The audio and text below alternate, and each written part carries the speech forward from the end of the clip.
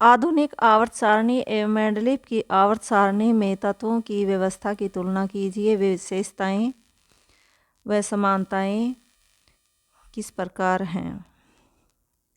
विभिन्नताएं एवं समानताएं इस प्रकार हैं। मेंडलीव की आवर्त सारणी में आधुनिक आवर्त सारणी की दीर्घ रूप से तुलना।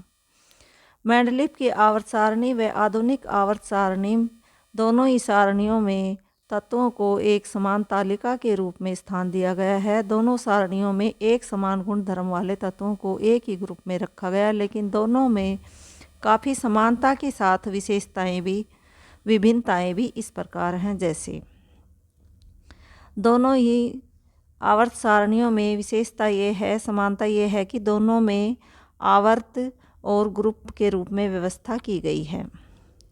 मेंडलीव की आवर्त सारणी इस प्रकार है। इस आवर्त सारणी में 63 तत्व ज्ञात थे और इन ज्ञात तत्वों को बढ़ते परमाणु द्रव्यमान में व्यवस्थित किया गया था। नंबर 2, इस आवर्त सारणी में 9 ऊर्ध्वाधर स्तंभ हैं जिन्हें वर्ग कहते हैं एवं 7 आवर्त हैं, पीरियड या आवर्त कहते हैं हॉरिजॉन्टल लाइन को। नंबर 3, रासायनिक दृष्टि से एक समान वाले तत्वों को भी एक साथ रखा गया था। नंबर 4, तत्वों के समस्थानिकों को सारणी में स्थान नहीं मिल सका। नंबर 5, कुछ उच्च द्रव्यमान वाले तत्वों को उन तत्वों से पहले स्थान दिया गया जिनका परमाणु द्रव्यमान कम था, यानी उच्च द्रव्यमान वाले तत्वों को पहले व कम परमाणु द्रव्यमान वाले तत्वों को बाद में रखा गया, जो कि एक कमी थी।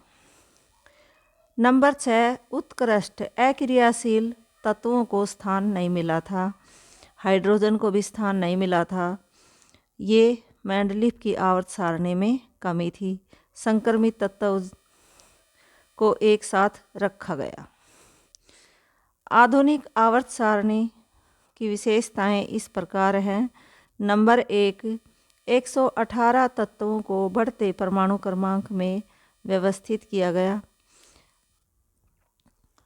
नंबर 2, इसमें 18 ऊर्ध्वाधर स्तंभ हैं जिन्हें वर्ग कहते हैं और 7 हॉरिजॉन्टल लाइनें हैं जिन्हें आवर्त या पीरियड कहते हैं। नंबर 3, रासायनिक दृष्टि से असमान तत्वों को अलग अलग वर्गों में स्थान दिया गया, यानी असमान तत्व थे जिनके रासायनिक गुण धर्म अलग अलग थे, उनको अलग वर्ग में स्थान दिया गया। नंबर 4, तत्वों के परमाणु क्रमांक समान हैं, उन तत्वों के समस्थानिकों को उचित स्थान प्राप्त हुआ, यानी उचित स्थान उन तत्वों को दिया गया जो समस्थानिक हैं, जिनके परमाणु क्रमांक समान हैं और परमाणु द्रव्यमान अलग अलग हैं, उनको अलग एक स्थान पर रखा गया। नंबर 5, तत्वों का वर्गीकरण उनके परमाणु क्रमांक के आधार पर किया गया।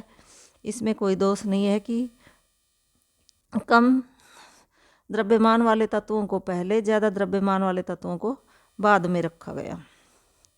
नंबर 6, उत्कृष्ट गैसों को वर्ग 18 में उचित स्थान दिया गया, यानी जो ऐसी गैसें अक्रियाशील हैं जिनकी संयोजकता 0 है, उसको 18वें वर्ग में स्थान दिया गया। नंबर 7, संक्रमण तत्व को 3 से 12 वर्ग में रखा गया। ये थी मेंडलीव और आधुनिक आवर्त सारणी की विशेषताएं और विभिन्नताएं।